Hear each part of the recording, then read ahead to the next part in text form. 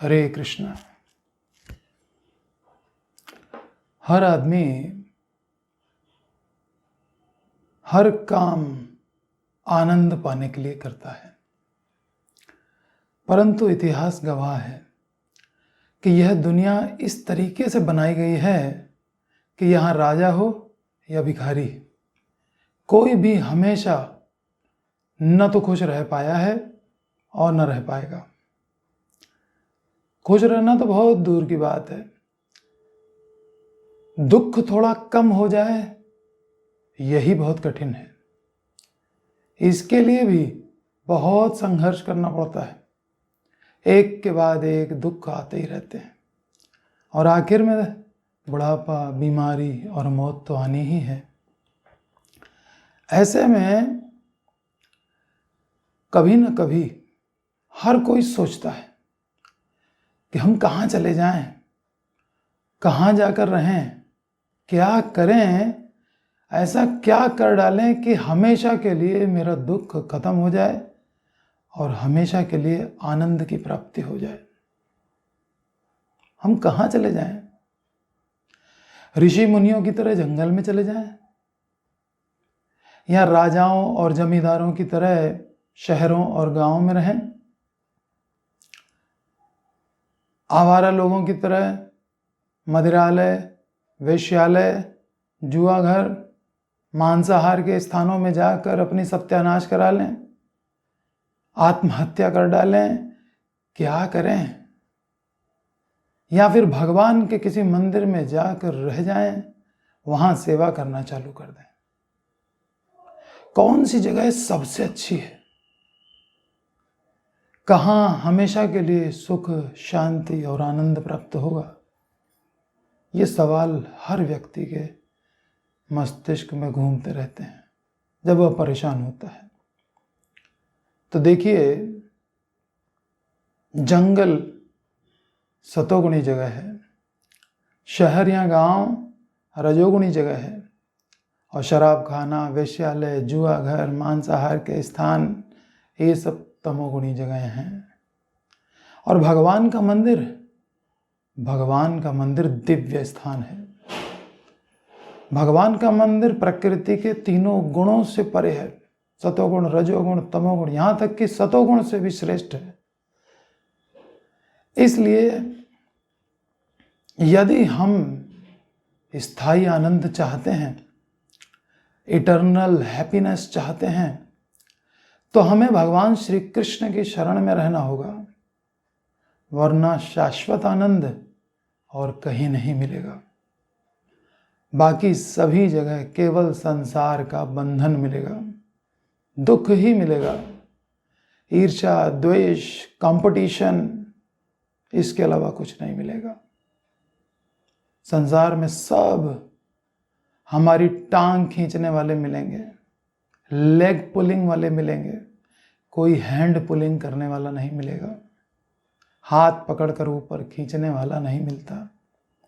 संसार में अधिकतर लोग एक दूसरे की उन्नति से जलते हैं, उनको नीचे गिराने के लिए तरह तरह के षड्यंत्र रचते हैं, फिर चाहे समाज हो, परिवार हो, कुछ हो। केवल भगवान श्री कृष्ण के शुद्ध भक्त ही ऐसे होते हैं जो मुसीबत में आपका हाथ थामते हैं। यह हमारे अनुभव की बात है। गीता में भगवान वचन देते हैं कि सब धर्मों को छोड़कर मेरी शरण में आ जा, मैं तुम्हें सब पापों से मुक्त कर दूंगा। सारे दुखों का मूल कारण पाप है और भगवान उस मूल कारण को ही समाप्त करने का वचन दे रहे हैं। हमें केवल शरणागत होना है। भगवान कह रहे हैं, तुम चिंता मत करो, मां शुचः सर्वधर्मान परित्यज्य माम एकम शरणम व्रज अहम त्वाम सर्व पापेभ्यो मोक्षयिष्यामि मां शुचः।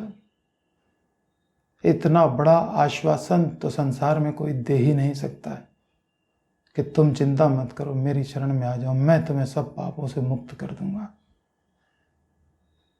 शराब और जुए के अड्डे आदि की तुलना में शहर और गांव बेहतर हो सकते हैं। शहर की तुलना में जंगल में अधिक शांति हो सकती है, परंतु स्थायी आनंद स्थायी आनंद तो भगवान और उनके भक्तों के संग में ही होता है, भगवान की शरण में ही होता है। इसलिए भगवान के मंदिर या उसके आसपास के स्थान, जिसे हम भगवान का धाम कहते हैं, वहीं रहने के स्थान है, वही सर्वोत्तम स्थान है। अब प्रश्न उठता है कि क्या करें कि मुझे शाश्वत आनंद मिले? कौन सा काम करें कि मन में सुख शांति बढ़े? भगवत गीता और श्रीमद् भागवत आदि धार्मिक किताबों को ताक पर रखकर मनमाने तरीके से काम करें तो क्या मुझे शांति मिलेगी, आनंद मिलेगा, जैसा कि ज्यादातर लोग कर रहे हैं? या फिर फल भोगने की इच्छा से कर्म करें, या निष्काम कर्म करें, या फिर सारे काम छोड़कर भगवान श्री कृष्ण की भक्ति करना चालू कर दें? किसमें शाश्वत आनंद मिलेगा? इसके अलावा कोई उपाय नहीं है।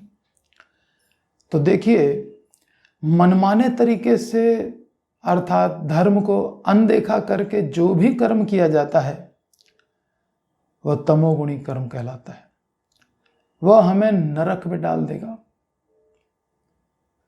फल भोगने की इच्छा से कर्म करेंगे तो बाद में भगवान को भेंट करेंगे तो वह रजोगुणी कर्म कहलाएगा।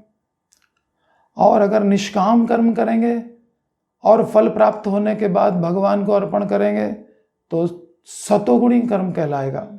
लेकिन अगर महाराज परीक्षित की तरह भगवान की कथा आदि सुनेंगे, उसे सुनने के बाद औरों को भी सुनाएंगे, भगवान को खुश करने के लिए हम जो कुछ भी करेंगे वह सब दिव्य कर्म होगा, उससे आत्मा को आनंद मिलेगा।